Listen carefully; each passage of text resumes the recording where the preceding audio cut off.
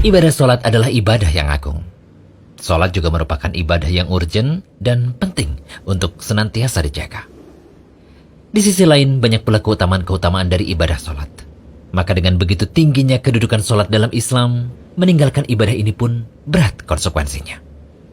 Di dalam Riyadhus Shalihin, kitab Al-Fadail, tepatnya di bab 193 tentang perintah menjaga sholat wajib dan larangan, serta ancaman yang sangat keras bagi yang meninggalkannya. Ada beberapa hadis yang bisa kita kemukakan dalam bahasan kali ini. Dari Jabir radhiyallahu anhu, ia berkata bahwa ia mendengar Rasulullah SAW bersabda, "Sesungguhnya batas antara seseorang dengan syirik dan kufur itu adalah meninggalkan sholat." Hadis riwayat Muslim. Hadis selanjutnya dari Buraidah radhiyallahu anhu, Nabi SAW bersabda, "Perjanjian yang mengikat antara kita dan mereka adalah sholat. Maka siapa saja yang meninggalkan sholat, sungguh ia telah kafir."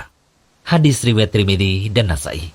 Al-Hafidz Abu Thahir mengatakan bahwa sanad hadis ini sahih. Juga ada hadis dari Syaqiq bin Abdullah, seorang tabi'in yang disepakati kemuliaannya dan semoga Allah merahmatinya. Ia berkata, "Para sahabat Muhammad SAW tidak memandang kufur karena meninggalkan amal, kecuali sholat." Hadis riwayat Tirmidzi. Al-Hafidz Abu Thahir mengatakan bahwa sanad hadis ini sahih. Dalam Sunan Tirmidzi disebutkan nama tabi'innya adalah Abdullah bin Syaqiq. Ya benar. Para sahabat dan tabi'in menganggap bahwa perbuatan meninggalkan sholat amat berbahaya. Bahkan mereka mengatakan orang yang tidak sholat bukanlah muslim. Imam Nawawi rahimahullah menyebutkan, jika seseorang meninggalkan sholat, maka tidak ada antara dirinya dan kesyirikan itu pembatas. Bahkan ia akan terjatuh dalam syirik. Istilah syirik dan kafir kadang bisa bermakna sama, yaitu kafir kepada Allah. Ibnu Qayyim al-Jauziyah rahimahullah pun mengatakan, kaum muslimin bersepakat bahwa meninggalkan sholat 5 waktu dengan sengaja adalah dosa besar yang paling besar. Dan dosanya lebih besar dari dosa membunuh, merampas harta orang lain, berzina, mencuri, dan minum minuman keras. Orang yang meninggalkannya akan mendapat hukuman dan kemurkaan Allah, serta mendapatkan kehinaan di dunia dan akhirat. Bahkan Adz-Dzahabi rahimahullah mengatakan, orang yang mengakhirkan sholat hingga keluar waktunya termasuk pelaku dosa besar. Dan yang meninggalkan sholat secara keseluruhan, yaitu satu sholat saja, dianggap seperti orang yang berzina dan mencuri. Karena meninggalkan sholat atau luput darinya termasuk dosa besar. Oleh karena itu, orang yang meninggalkannya sampai berkali-kali termasuk pelaku dosa besar sampai dia bertobat. Sesungguhnya orang yang meninggalkan sholat termasuk orang yang merugi, celaka, dan termasuk orang mujrim atau yang berbuat dosa.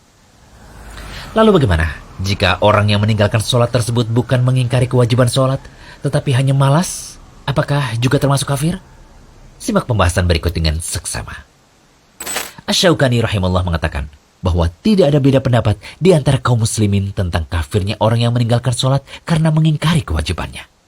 Namun apabila meninggalkan sholat karena malas dan tetap meyakini sholat 5 waktu itu wajib, sebagaimana kondisi sebagian besar kaum muslimin saat ini, maka dalam hal ini ada perbedaan pendapat.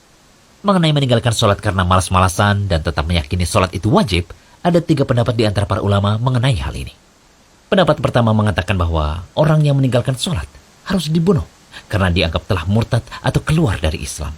Pendapat ini adalah pendapat Imam Ahmad, Sa'id bin Jubair, Amir Asy-Sya'bi, Ibrahim An-Nakhai, Abu Amr Al-Auza'i, Ayyub As-Sakhtiyani, Abdullah bin Al-Mubarak, Ishaq bin Rahuyah, Abdul Malik bin Habib atau ulama Malikiyah, pendapat sebagian ulama Syafi'iyah, pendapat Imam Syafi'i atau sebagaimana dikatakan oleh At-Tahawi, pendapat Umar bin Al-Khattab sebagaimana dikatakan oleh Ibnu Hazm, Mu'adz bin Jabal, Abdurrahman bin Auf, Abu Hurairah, dan sahabat lainnya. Pendapat kedua mengatakan bahwa orang yang meninggalkan sholat dibunuh dengan hukum had, tetapi tidak dihukumi kafir. Inilah pendapat Imam Malik, Syafi'i, dan salah satu pendapat Imam Ahmad. Kemudian pendapat ketiga mengatakan bahwa orang yang meninggalkan sholat karena malas-malasan adalah fasik atau telah berbuat dosa besar, dan dia harus dipenjara sampai dia mau menunaikan sholat. Inilah pendapat Hanafiyah. Jadi intinya, ada perbedaan pendapat dalam masalah ini di antara para ulama, termasuk pula ulama madhab.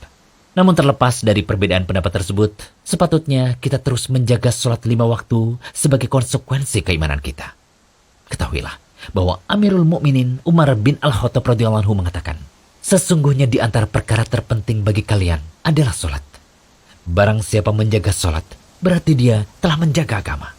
Barang siapa yang menyia-nyiakannya, maka untuk amalan lainnya akan lebih disia-siakan lagi. Tidak ada bagian dalam Islam bagi orang yang meninggalkan sholat. Imam Ahmad rahimahullah juga mengatakan perkataan yang serupa. Setiap orang yang meremehkan perkara sholat berarti telah meremehkan agama. Seseorang memiliki bagian dalam Islam sebanding dengan penjagaannya terhadap sholat 5 waktu. Seseorang yang dikatakan semangat dalam Islam adalah orang yang betul-betul memperhatikan sholat 5 waktu. Kenalilah dirimu, wahai hamba Allah. Waspadalah. Janganlah engkau menemui Allah sedangkan engkau tidak memiliki bagian dalam Islam. Kadar Islam dalam hatimu sesuai dengan kadar sholat dalam hatimu. Semoga Allah senantiasa memberikan kita petunjuk untuk selalu menjaga sholat kita, sesibuk apapun kita, dan bagaimanapun keadaan kita. Semoga tetap bisa memprioritaskan sholat sebagai bentuk penghambaan kita pada Allah Subhanahu wa Ta'ala. Amin.